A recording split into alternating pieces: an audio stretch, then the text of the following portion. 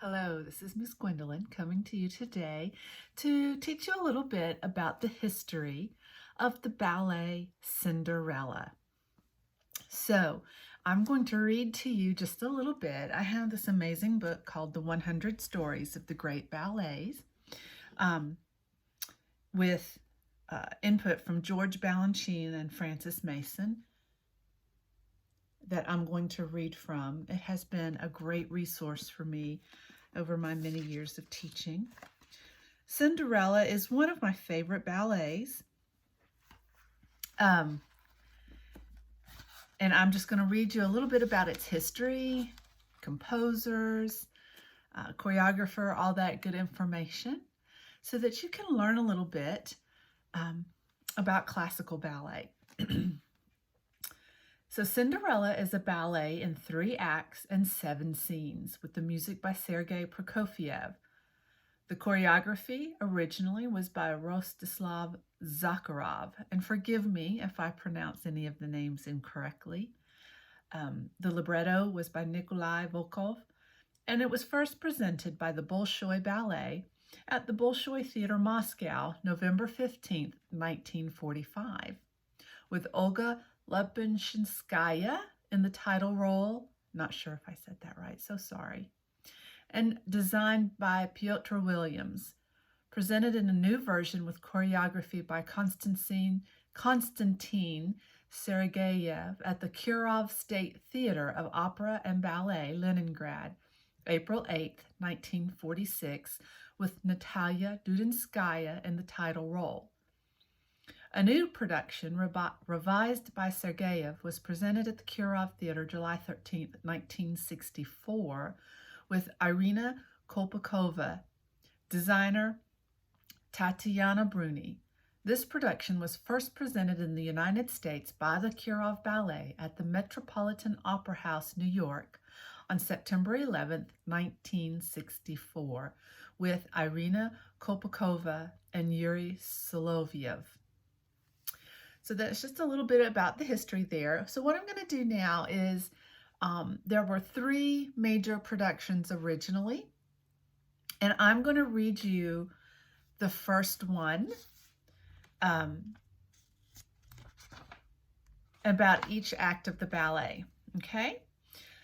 So Prokofiev, our composer, one of my favorites, wrote that he conceived of Cinderella as a classical ballet with variations, adagios, pas de deux, and other dances. I see Cinderella not only as a fairy tale character, but also as a real person, feeling, experiencing, and moving among us. The Russian composer began work on the score in 1940, but because of other commitments during World War II, did not finish the orchestration until 1944. On a side note, Prokofiev is one of my favorite composers, and Cinderella is one of my favorite scores. I love the music. I feel the emotion and the storytelling in the music is untouched. And so it is one of my favorite scores. Act 1, A Room in Cinderella's House. It is evening, and Cinderella's stepsister, Krivlakya, or affected, and Zluyakia, furious, are embroidering a silk scarf while their mother dotingly looks on. Cinderella sits alone at the fireplace polishing a pot. The 2 sisters begin to quarrel over the scarf. Their tempers are so bad that the mother can resolve the fight only by cutting the scarf in 2. They now tease Cinderella, whom no one, not even her loving father, will defend. When they leave her alone finally, she sets about her routine of cleaning up the room. She finds a piece of the scarf and, forgetting herself, dances. But a mirror brings her back to reality. She sees her miserable dress and realizes that such a scarf is not for her. Her sadness induces memories of her beloved mother. She shuns the portrait of her cruel stepmother and tries to cover it with a curtain. Her father returns and wants to comfort Cinderella. She sits on his knee and cries, but he fears his wife more than he loves his daughter, and, observing the covered portrait of his spouse, is apprehensive. Meanwhile, let me try the name again. Zliuka and Krivlyaka, who have been watching, alert their mother, who rushes in a rage.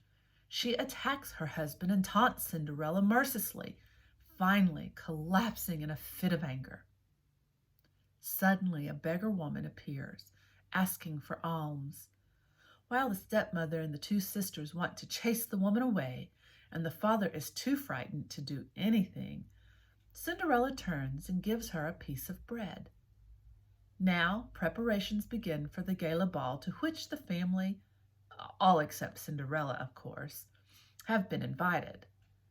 Dressmaker, hairdresser, dancing master, musicians, they all come to prepare the ladies. When everything is ready, they all depart for the castle, and Cinderella is alone. Wishing also to be at the ball, Cinderella lets herself be carried away by unattainable dreams. She curtsies as if before the prince himself. Suddenly, the old beggar woman appears again, but this time as Cinderella's fairy godmother.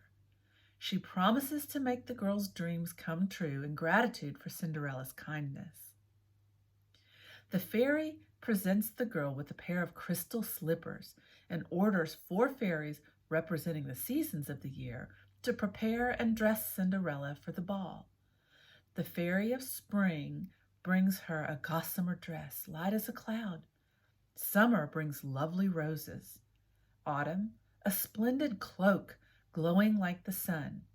And winter brings diamonds and jewels glistening like icicles. Dressed and ready now for the ball, Cinderella is truly a princess out of a fairy tale. Before she leaves for the castle, however, the fairy godmother warns her that she must return home exactly at 12 o'clock, or she will turn back into her original state forever. She will be reminded of the approach of midnight by 12 dwarfs, whom the fairy godmother will cause to emerge from the ancient clock at the castle. The fairy godmother wishes her Godspeed and leaves as a golden coach magically appears before Cinderella to take her to the ball. Act 2. The Ball at the Prince's Castle. While waiting for their host to appear, the splendidly dressed ladies and gentlemen dance as a stately measure.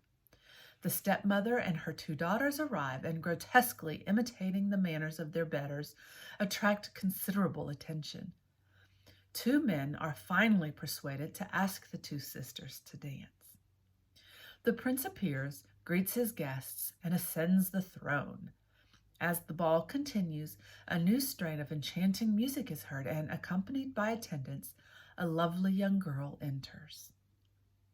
The prince cannot take his eyes off of her and asks her to dance.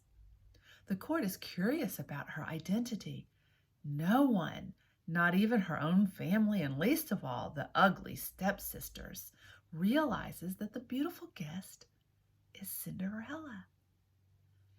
When Arab boys present Cinderella with 3 oranges, she is so moved by the envious glances of the sisters that she gives the fruit to them. The prince and Cinderella are then briefly alone. They have both fallen in love at first sight and dance together to declare their love. When the guests return, the court festivities continue, but at the height of the celebration, before she has even contemplated that such an evening should ever end, the clock strikes 12. True to the fairy godmother's words, 12 dwarfs emerge from the clock. Cinderella, terrified, flees the castle. The prince runs after her. The prediction of the fairy godmother is fulfilled. Cinderella is again as she first was, and only the crystal slippers remain from her ball dress. She loses one slipper as she dashes home, and the prince, as he pursues her, finds it. He comforts himself that to find the girl, all he has to do is to find the other slipper. Act 3, Scene 1, Courtyard of the castle. In an effort to find the maker of the shoe, the prince summons cobblers throughout the kingdom. No one can name the shoemaker, and the prince decides to set out himself on his search for his beloved. Act 3, Scene 2. The prince searches far and wide, and every lovely girl in the land weeps that the slipper will not fit. The prince remains determined to find his true love. Act 3, Scene 3. A room in Cinderella's house. Cinderella sleeps, pressing the remaining slipper to her breast. The slipper falls to the floor. Waking up the next morning, she recalls the splendid ball and her meeting with the prince. She decides that it must all have been a dream. But in the course of going about her daily chores, she finds the glass slipper. So it was not a dream after all. She cannot believe it. The stepsisters come and relate the fine time they had at the ball, how popular they were, and how a princess gave them oranges. Noise from the street heralds the arrival of the prince, who is going from house to house in search of the unknown beauty. When he enters, both stepsisters try in vain to force their feet into the shoe, and even their mother tries her luck. Then the prince notices Cinderella standing in the corner. She is so stunned by her lover's presence that she does not know what to do. She becomes so confused that she drops the other slipper. There is no doubt as to who she is. Her fairy godmother appears and blesses Cinderella and her prince. Act 3, Scene 4, A Flowering Garden. Cinderella and the prince have found each other. They celebrate their reunion, and they live happily ever after. So that is basically how the first production went many years ago. Now, you do see a lot of variations on that when you see the ballet today. So some of our ballets, like Swan Lake and Giselle and Les Sylphides, La Sylphide, they are our classical ballets that have very specific choreographer that dancers and art lovers, dance lovers, expect to see. The educated audience is expecting to see certain things happen when they go to see these ballets. Cinderella is a little different. You will see many things done differently with each production that you go to. And so I have been in productions where there are things very different from the way this one went. For instance, oftentimes there are only two stepsisters. There's not a stepmother, there's not a stepfather, just the two stepsisters. Sometimes there is a stepmother or a stepfather, but not both. And that's just one thing. So you do see a lot of differences in the way things are played out. I've even seen Act 2 rearranged in a slightly different order. A lot of times this is based on a company size, especially at the local level. Our version that we're supposed to be doing this year is what I would call a student version. So there are some scenes that are eliminated to help reduce the time limits and to manage our time expectations. And just based on the dancers that we have available when we do this production, things are done a little differently. So I hope, though, that this helps you get an idea of the Ballet of Cinderella. And I think that what you want to take away from this is the general story. And to be honest, I've not seen the Disney version, so I can't tell you how similar or how different from that version this is, okay? But things you do want to take away are those basics, that it was originally done in Russia, that the composer was Sergei Prokofiev. He composed the music. And he began this in 1940, right before World War II started. And he had to table that project due to the war. and came back and finished it later on in 1944. The Bolshoi was the first to present the ballet, and the choreography was by Rostislav Zakharov. Zakharov was the original choreographer. Those are some important things to remember. It was done later on. So I think that was done in 45.